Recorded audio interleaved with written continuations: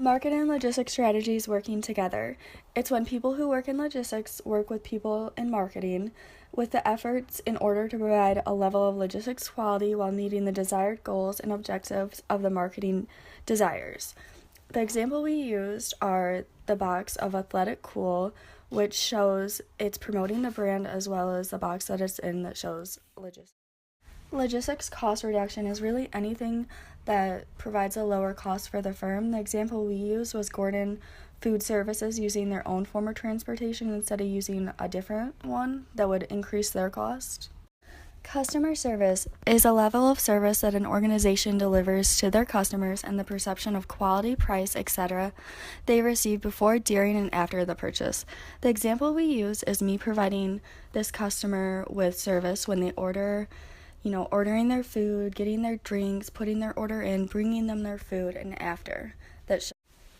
Channel of distribution. A distribution channel is a chain of businesses or intermediaries through which a good or service passes until it reaches the end consumer. It can include wholesalers, retailers, distributors, and even the internet itself. For our example of channel distribution, we chose to include Gordon Food Service. Gordon Food Service acts as a wholesaler, which provides customers with discounted products at wholesale prices. Stockout. Stockout is simply when an organization runs out of inventory for a certain product and are not able to meet demand, which results in loss of sales. As you can see in the example we used, it's a severe stockout of MC Sports, where they no longer could get inventory.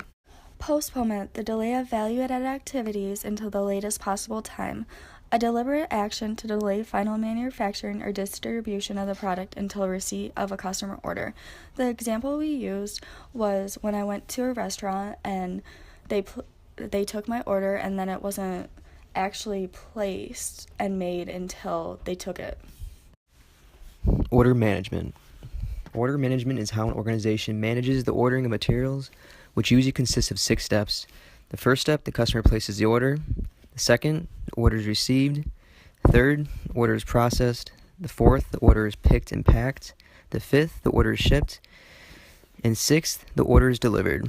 For our example, we chose a point-of-sale system at the local Sherwin-Williams paint store. And what this allows customers to do, if a store does not have a specific product in stock, the customer can actually order the product in the store.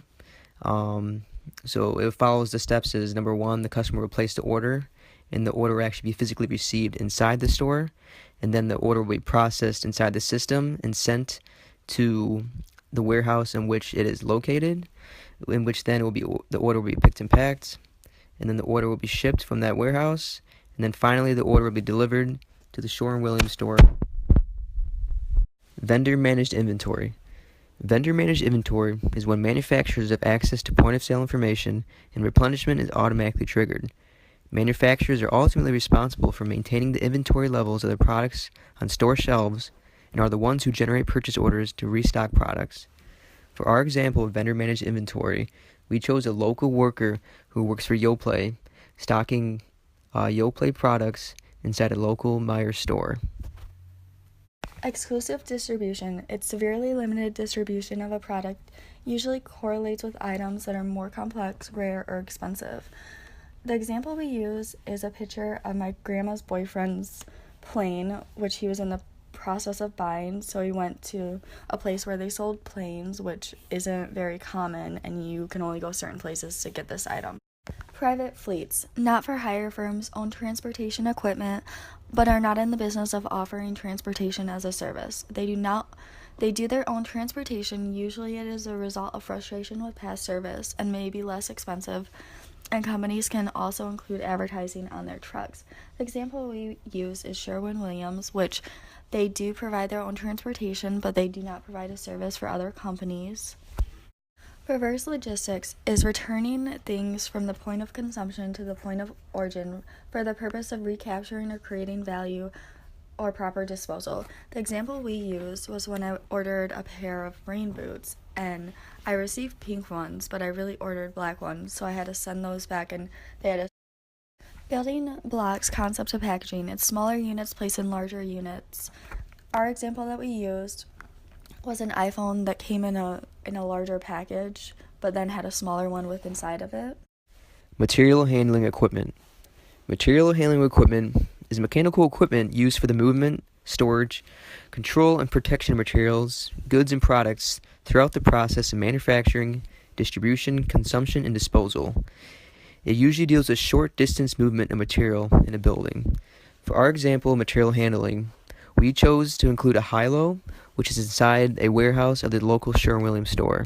This high-low is used to distribute materials throughout the warehouse short distances. Seasonal stock is inventory held for seasonal demand. Our example that we chose was currently what Target has on their seasonal stock. It's a bathing suit that's only available for consumers to purchase during spring and summer months. Administered ownership. Administered ownership is when one firm coordinates production and distribution. This type of ownership is established when an organization has the most power out of the competitors, usually based upon their brand power and current market share. These strong brands can often gain support from retailers and have lots of channel access. For our example, we chose a grocery aisle inside Walmart, considering Walmart is a very huge company that expresses its administered ownership. They can dictate which products can go on their shelves and also where those products will be shelved. Raw materials inventory are all the materials that are stored in inventory that have not been used in WIP or FG inventory. Raw materials are materials used to make the end product. Our example that we chose for raw materials are these grapes that are in like a vineyard in Traverse City, which they're currently still on the vines that have not been like processed to make wine. WIP inventory is work in progress inventory as the goods that are on the factory floor. The manufacturing of these goods has not yet began, but has not yet been completed. The example that we used was during the frozen yogurt process, like getting the frozen yogurt and then adding toppings to them, but not yet like paying for it. Finished good inventory. Finished goods are the goods that have been completed by the manufacturing process or purchased in a completed form. It's when they are then shipped to the store and on the shelves ready for consumers to then purchase. The example we use shows a consumer being in a retail store about to purchase the finished good. MRO inventory. MRO items are used in production and plant maintenance and can be items such as maintenance, supplies, spare parts, and consumables used in production process. And our example that we used was something that MC Sports uses to keep the maintenance up of their store by using the vacuum.